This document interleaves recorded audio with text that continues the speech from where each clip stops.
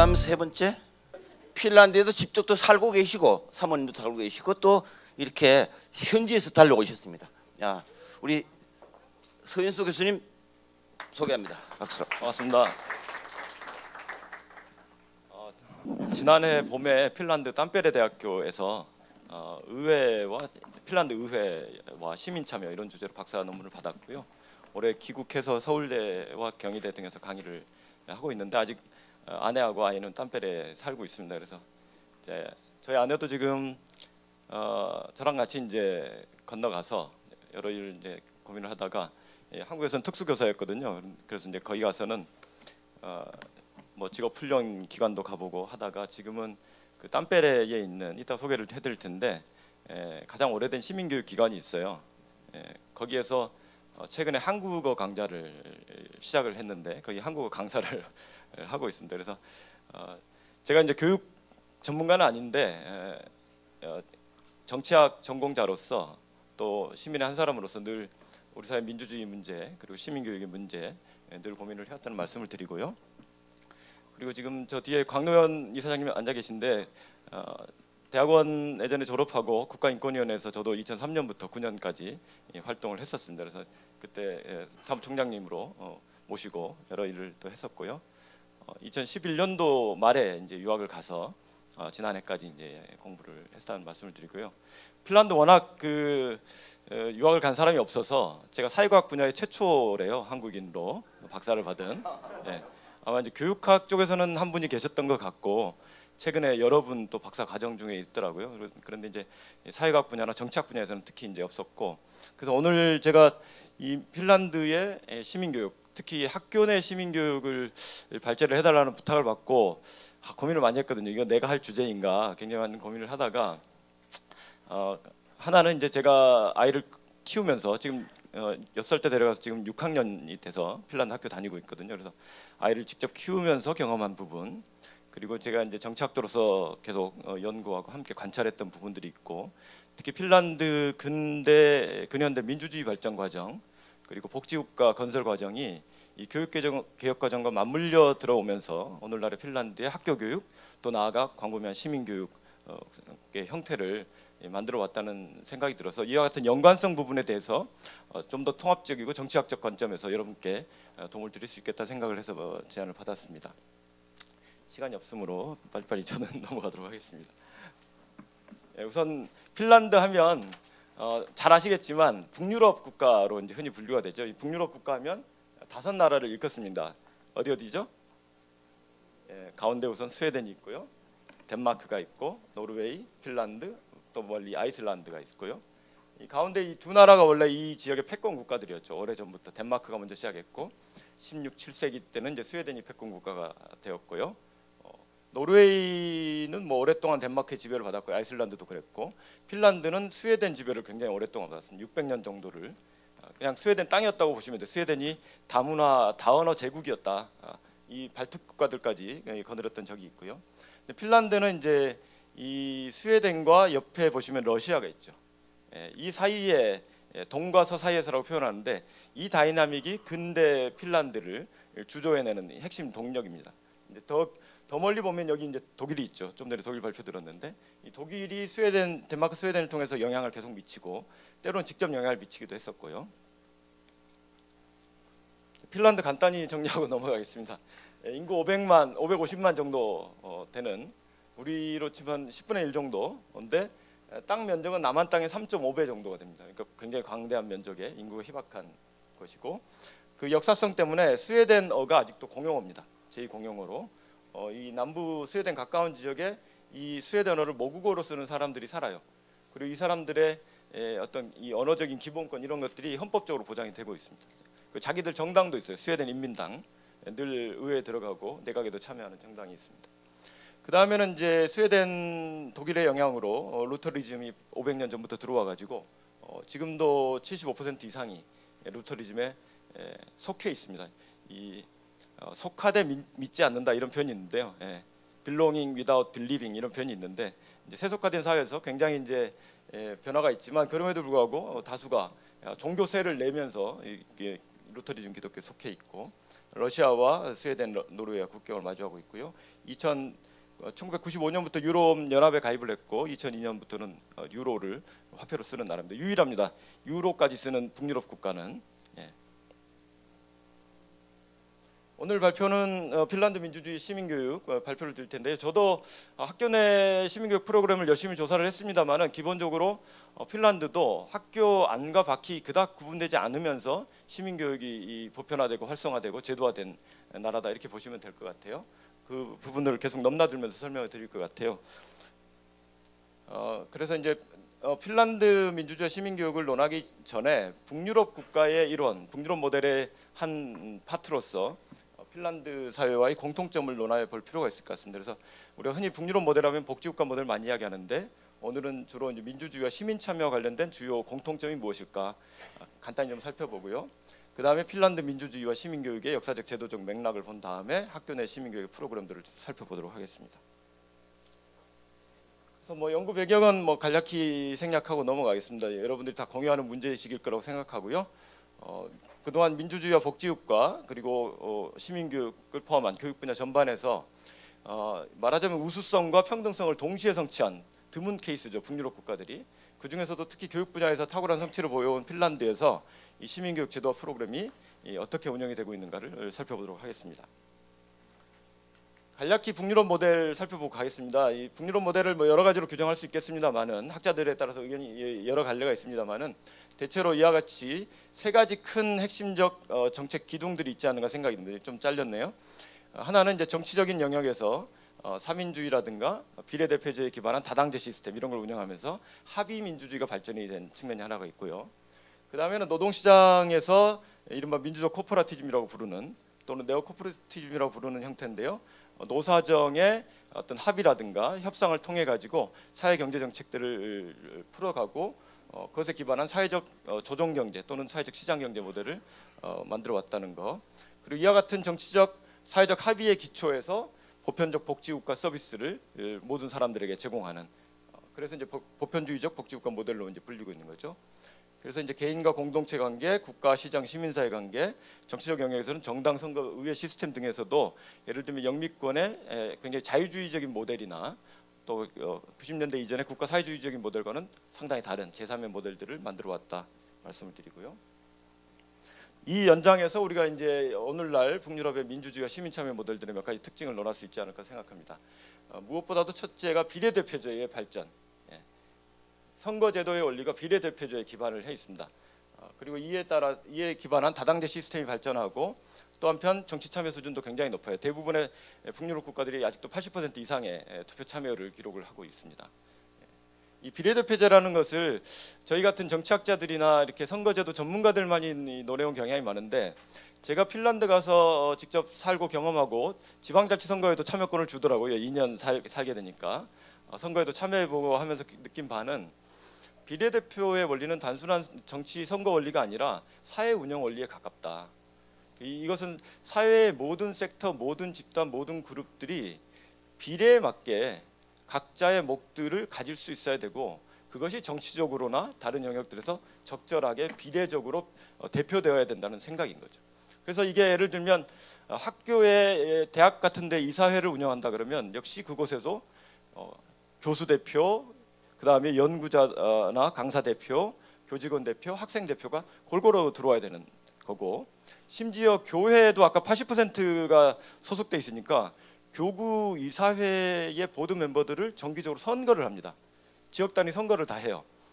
포스터 다 붙이고 투표권 그 세금 낸 사람들한테는 투표권이 나오는데 그때도 비례대표제로 선거를 하더라고요.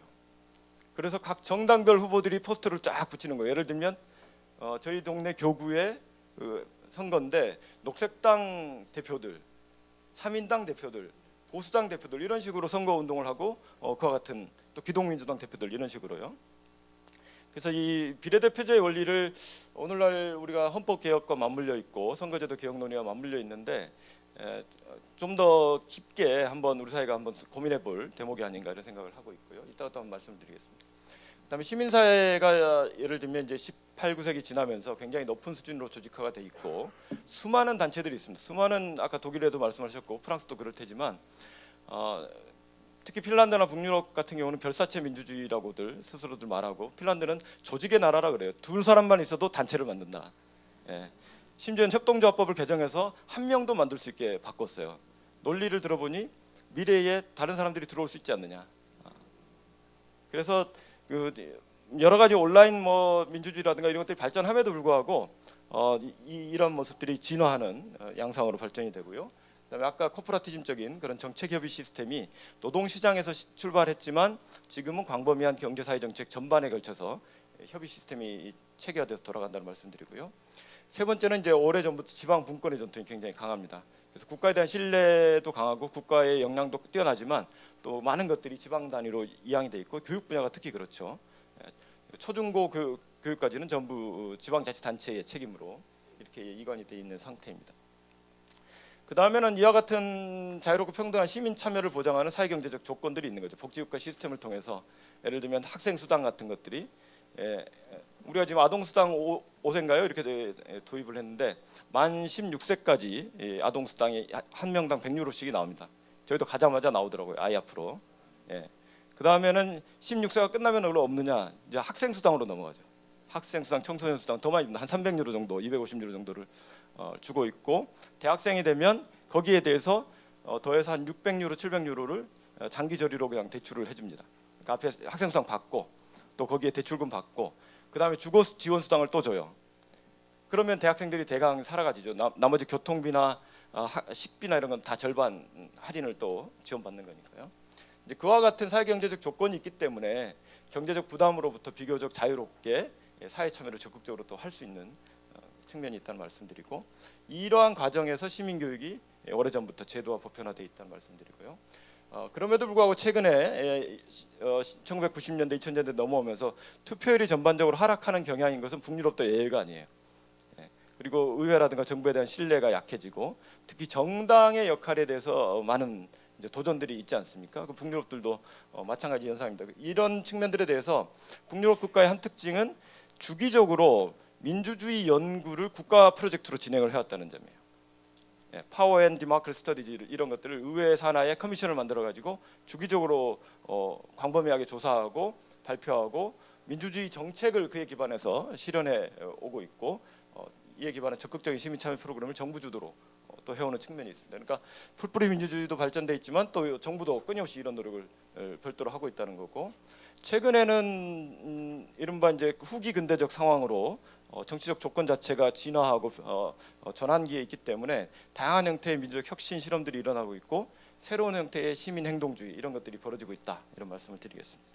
사진으로 몇 가지 보여드릴게요. 덴마크의 총선 결과입니다. 2015년도 정당 개수를 한번 보시죠. 비례대표제를 취하고 있기 때문에 이렇게 굉장히 광범위한 스펙트럼의 다당제가 나타난다. 이것은 스웨덴입니다. 스웨덴도 마찬가지죠. 스웨덴은 재밌습니다. 이 정당의 상징들이 다 꽃이에요. 북유럽의 특징, 복지국가의 특징을 좀 페미닌한 특징이 있다고들 하는데 문화적으로 굉장히 흥미롭습니다. 이 바이킹의 나라가 오늘날은 이와 같은 3인당이 이제 한 30% 정도였던 거. 최근 결과는 또 바뀌었죠. 이번 9월에 또 선거가 있었는데요. 그 전 것들을 제가 쓴 겁니다. 그다음에 이것은 핀란드입니다. 핀란드의 지난번 총선 2015년도 거고 지난해 지자체 선거 때인데요. 보시면 이렇게 원내 정당만 9개가 있습니다. 국회에 들어가는 정당이 비례대표제 원리로 하기 때문에요. 20%만 좀 넘어도 1당을 차지해요. 이 구조가 되면 어떻게 되겠어요? 여러분이 원하는 정당을 다 택할 수가 있죠. 사표의 우려가 없으니까. 녹색당도 택할 수가 있고 나는 우파당, 나는 좌파당. 여기 보시면 스웨덴 인민당도 5%가 있고 또 보수당에서 굳이 나와가지고 기독민주당을 만들어서 독일에서는 이 기민당이 1당인데 북유럽에서는 이렇게 소수 정당으로 있습니다. 이런 이제 다양성, 정치적 대표의 다양성이 보장이 되고 또 하나는 이러다 보니까 다수 정당이 나오기 어렵죠. 지배 정당이 나오기 어렵고 그러면 연정을 항상 하게 되면서 합의 정치로 나아가는 거죠. 네, 벌써 시계를 보시네요. 그다음에 이제 정책 참여 모델입니다. 네, 최대한 빨리 가보겠습니다. 이와 같이 광범위한 노동시장에서의 모습, 또 의회와 시민사회단체들의 협의 모습 이런 거 보여드리고요. 이런 거 쭉쭉 넘어갈게요. 이것도 이제 제가 연구한 것들인데 쭉쭉 넘어가 보겠습니다. 그리고 이런 이제 보편적 복지국가, 아까 이제 수당의 종류가 이렇게 다양합니다. 보시면. 그다음에 지자체 선거 때 포스터들 이렇게 정당별 포스터들이 이렇게 다양하게 나타난다는 말씀을 드리고요. 지방 정부가 이와 같은 책임을 가지고 있고, 그다음에 시민교육 전통인데요. 덴마크의 평민대학 그룬트비에 평민대학 운동으로부터 출발을 했고, 이것이 스웨덴으로 가서 학습 동아리 제도로 진화를 하게 됩니다. 포카이스쿨과 더불어서요. 그다음에 이것이 핀란드로 넘어와서 1899년에 최초의 노동자 시민교육기관이 저희 땀베레에 생겨서 지금도 활동을 하고 있습니다. 매 가을 학기 봄 학기마다 이렇게 그 팜플렛을 보내줍니다. 집에다가 1100개의 강좌가 들어가 있습니다. 여기 하나에. 그리고 1년에 65만 명 이상, 아까 500만 명이라고 그랬죠. 65만 명 이상이 하나 이상의 강좌에 등록돼서 시민교육기관에서 교육을 받고 있습니다.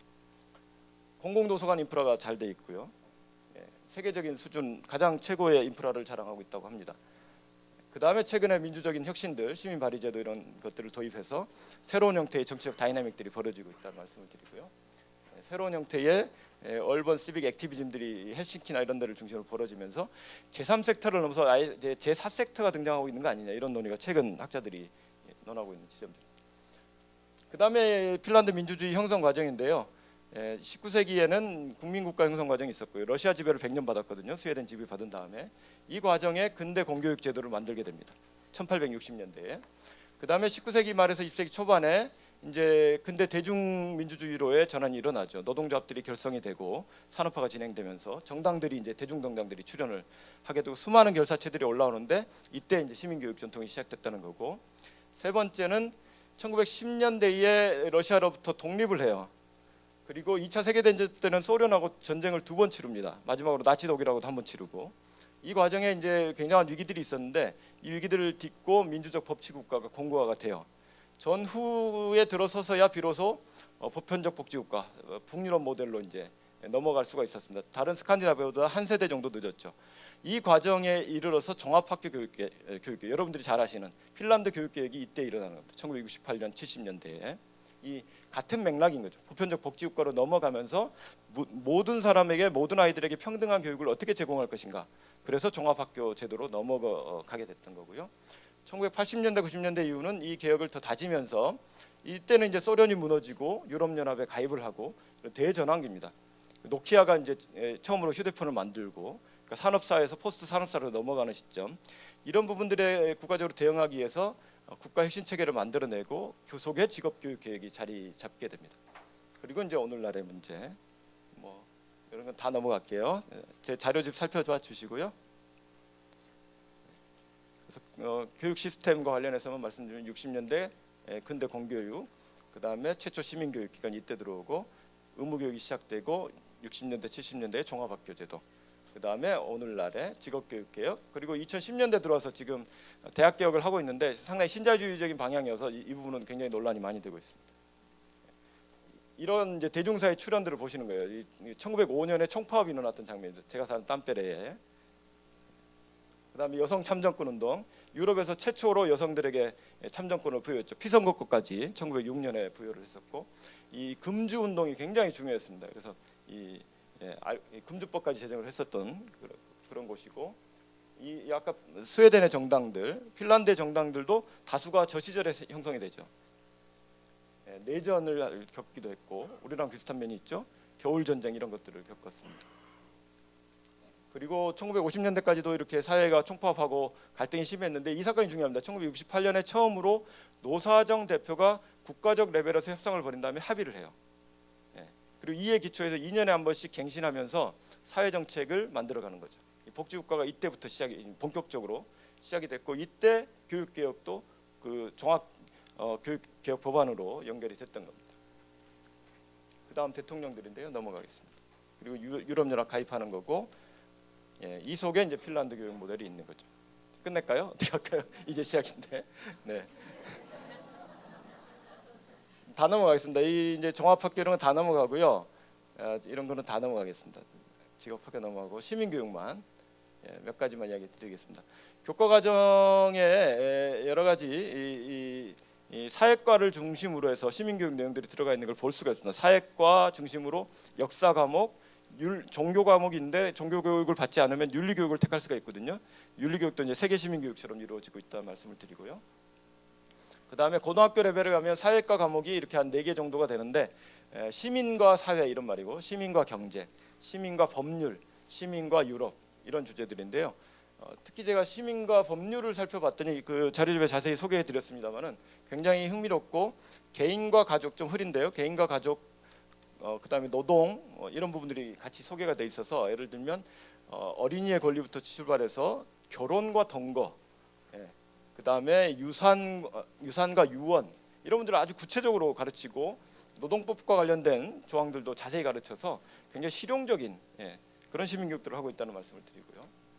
그래서 종합해 보면 굉장히 통합적 접근을 하고 있고 실용적 접근을 하고 있고 보편적 가치에 기반한 접근들이 이루어지더라.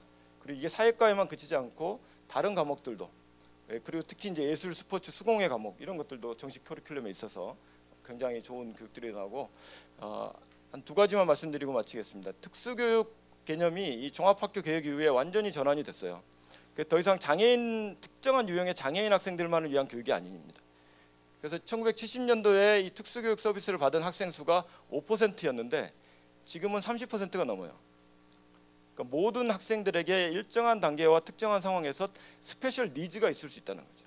거기에 대해서 맞춤형으로 서비스를 지원해 줘야 된다는 사상 전환을 한 겁니다. 철학 전환을. 그리고 이것이 오늘날 피사에서 굉장히 균등하게 성적이 높게 나오는 한 비결이라 그래요. 그다음에 2010년도에 교과과정 개편이 지금 2014년도에 교과과정 개편을 해서 지금 테마 중심 자율학습이 새로 들어왔습니다. 그래서 매년 한 학교당 하나 이상의 이 다학제적인 학습 모듈을 만들어서 실행해야 된다 이렇게 지금 진행이 되고 있다 말씀을 드리고요. 사회 참여 부분은 뭐 어린이의회, 청소년위원회, 지방자치단체 수준에서 그다음에 국회 수준에서의 청소년의회 이런 것들이 제도화돼 있고 지방주민발의제도에 18세 이하도 발의를 할 수 있고 주민투표까지 제기할 수 있다. 15세부터. 그다음에 선거권, 피선거권은 다 18세. 우리는 대통령 되시려면 40세까지 기다려야 되거든요. 국회의원은 25세고 이런 부분들의 현격한 차이가 있고 마지막으로는 정당별 청년 조직들이 굉장히 중요한 영향력들이 있는 조직들인데 13세부터 가입이 가능합니다. 부모 동의만 있으면 15세까지도 그리고 이제 15세 이상은 자유롭게 29세까지 가입하고 대부분 청년 조직의 대표들이 그 당의 부대표 정도 이상의 역할을 맡아요. 굉장히 중요한 영향들을 미치고 그래서 20대 국회의원이 나오고 30대 장관, 총리가 나올 수가 있는 구조가 되는 거죠. 이게 이제 어린이의 모습이시고 청소년의회, 땀배레에서 시의회 의사당을 이렇게 정기적으로 모여서 쓰고 공무원들이 결재도 받고 그럽니다. 청소년 의회를 하는 모습인데 이 총리입니다. 총리와 장관들이 직접 나와서 답변을 받습니다. 그 사회를 국회의장이 직접 봐줍니다. 여기 보시면 그리고 이제 주민발의제도 이런 것들이 지금 온라인상에서도 쉽게 이루어진다는 말씀을 드리고 몇 개 정당 사진 보여드리고 끝내겠습니다. 3인당 모습인데 잘 아시는 한론의 대통령 보이시죠? 3인당 출신입니다. 당 대표인데요. 옆에 보시면 젊은 분들이 많이 보이잖아요. 이분은 지금 땀배레 출신의 국회의원이에요.